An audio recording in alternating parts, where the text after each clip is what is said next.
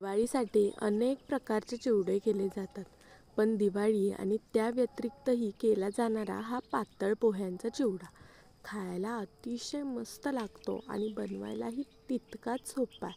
कसा बनवायचा? चला पाहूयात. त्या अगोदर चॅनलवर नवीन असाल तर चॅनलला सबस्क्राईब करायला अजिबात विसरू नका. व्हिडिओ शेवटपर्यंत पहा आणि आवडल्यावरती लाईक करून कमेंट करायलाही विसरू नका. आता पाहूयात साहित्य. त्यासाठी मी इथे अर्धा किलो पातळ पोहे घेतलेले आहेत. या पद्धतीचे पोहे असतात आणि हे एक दिवस छान असं उन्हामध्ये वाळवून घ्यायचे. मिरची तुमच्या आवडीनुसार आणि भरपूर असा कढीपत्ता घ्यायचा. त्यानंतर डाळवं, खोबरं, शेंगदाणे, बदाम आणि काजू काप करून घेतलेत आणि मनुके. इतक्याच साहित्यामध्ये आपल्याला बनवायचा आहे हा पातळ पोह्यांचा चिवडा. या व्यतिरिक्त आपल्याला मीठ, परत हळद हे लागणार आहे. पोह्यांचा चिवडा बनवताना सगळ्यात पहिलं तर हे पोहे आपल्याला चाळून घ्यायचे, जेणेकरून त्याच्यामध्ये काही कच असेल किंवा त्याचा चुरा झालेला असेल तर तो या पद्धतीनं निघून जातो आणि पोह्यात एक्स्ट्राचा भुगा राहत नाही. आता आपण पोहे एक दिवस छान उन्हामध्ये वाळवून घेतलेत, पण तरीसुद्धा आपल्याला हे पोहे छान असे कढईमध्ये थोडे थोडे करत गरम करून घ्यायचेत, जेणेकरून पोहे छान असे कुरकुरीत होतात. आता थोडे थोडे करत मंद गॅसवरती आपल्याला पोहे छान असे खरपूस होईपर्यंत भाजून घ्यायचेत. आणि मग भाजलेले पोहे एका मोठ्या परातीत मोठ्या घमेल्यात तुम्ही काढून घेऊ शकता. या पद्धतीनं थोडे थोडे करत सगळे पोहे मी छान असे खरपूस भाजून घेतलेले. आता वेळ आहे ती बाकीच्या गोष्टी तळून घ्यायची. तर तेल घेतलं आहे, तेल छान गरम झालं की त्यामध्ये शेंगदाणे तळून घ्यायचेत. आता शेंगदाणे आपल्याला छान खरपूस तांबूस रंग येईपर्यंत तळून घ्यायचेत. त्याची टरफलं तडकायला लागली की समजायचं आपले शेंगदाणे छान असे तळून झालेले.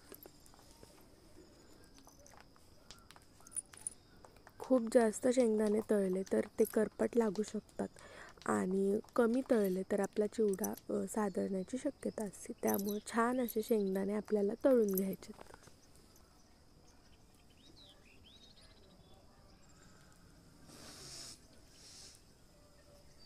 मस्त असे शेंगदाणे तळून झाले की ती लगेच चिवड्यावरती टाकून घ्यायची. आता डाळवं, याला भाजकी डाळ असंही म्हणतात. याला तळायला खूप वेळ लागत नाही. अगदी मिनिटभरामध्ये ही डाळ तळून तयार होते, कारण ही ऑलरेडी भाजलेली असते. खूप जास्त वेळ तळली तर मग ती कडक होण्याची शक्यता असते. त्यामुळं लगेचच ही डाळ तळून घ्यायची.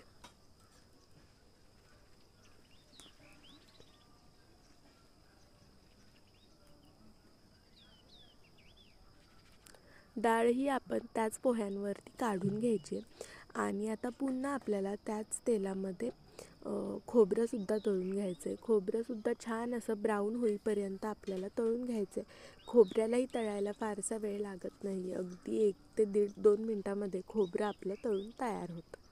मस्त खरपूस होईपर्यंत खोबरंसुद्धा तळून घ्यायचं आहे.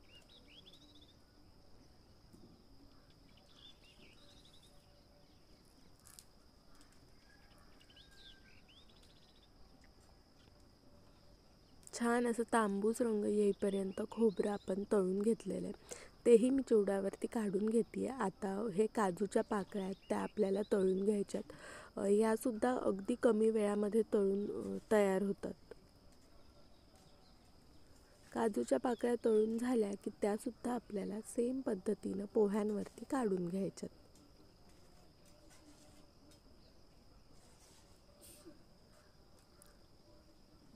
बाकीचे दिवाळीचे पदार्थसुद्धा चॅनलवरती आलेले आहेत, तेव्हा ते पाहिले नसतील तर नक्की पेजवरती जाऊन तुम्ही बाकीचे व्हिडिओसुद्धा पाहून घ्या. व्हिडिओ आवडत असतील तर चॅनलला सबस्क्राईब करा आणि बेल आयकॉनवरतीही क्लिक करून घ्या. काजू आपले छान असे गुलाबी होईपर्यंत तळून झालेत. आता बदामसुद्धा आपण तळून घेतोय.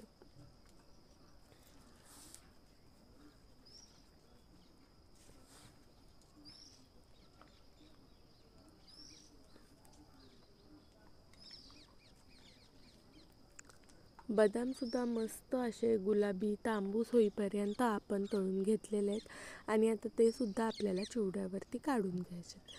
आता मनुके आपल्याला तळून घ्यायचे, जे अगदी काही सेकंदात तळून छान असे फुलले जातात. तेवढे तळले गेले की आपल्याला मनुकेसुद्धा चिवड्यावरती काढून घ्यायचे.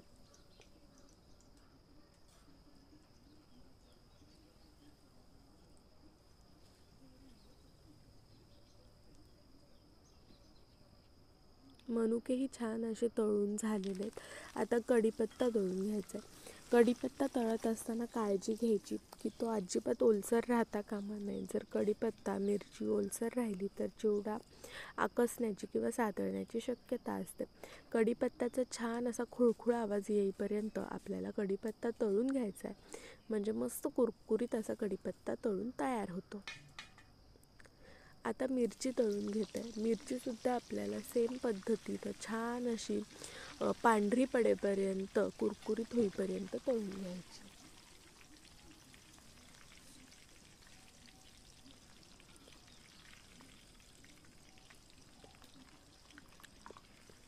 बघू शकताय मिरची हळूहळू पांढरी पडायला लागते, पण अगदी मस्त अशी खरपूस होईपर्यंत आपल्याला मिरची तळून घ्यायची.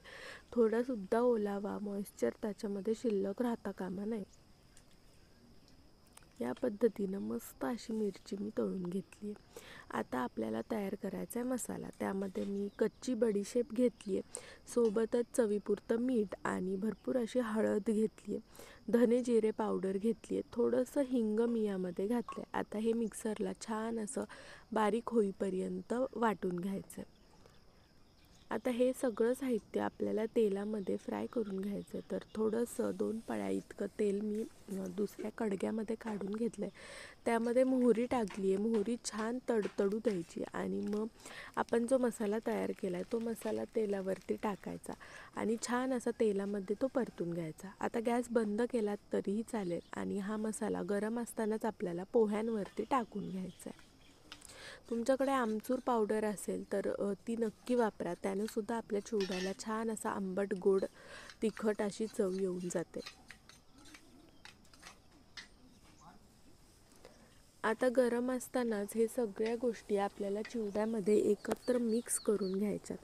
जसं जसं तुम्ही मिक्स करत जाल तसं आपल्या चिवड्याला छान असा पिवळसर रंग यायला सुरू होतो.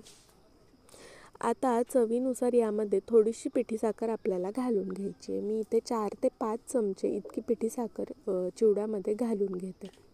पिठी साखरसुद्धा हे मिश्रण थोडंसं कोमट असतानाच घालायची, जेणेकरून मस्त ती सगळ्या चिवड्याला लागली जाते. आता एक 5 ते 10 मिनटं छान असं मिक्स केल्यानंतर आपला चिवडा मस्त असा बनून तयार होतो. तुम्ही बघू शकता दोन्ही हातानं हा मसाला अलगद आपल्याला चिवड्याला चोळून चोळून घ्यायचा आहे. या पद्धतीनं 5-1 मिनटामध्येच सगळा मसाला चिवड्याला लागलेला आहे आणि तुम्ही पाहू शकताय मस्त असा आपला पातळ पोह्यांचा चिवडा बनवून तयार झालेला आहे.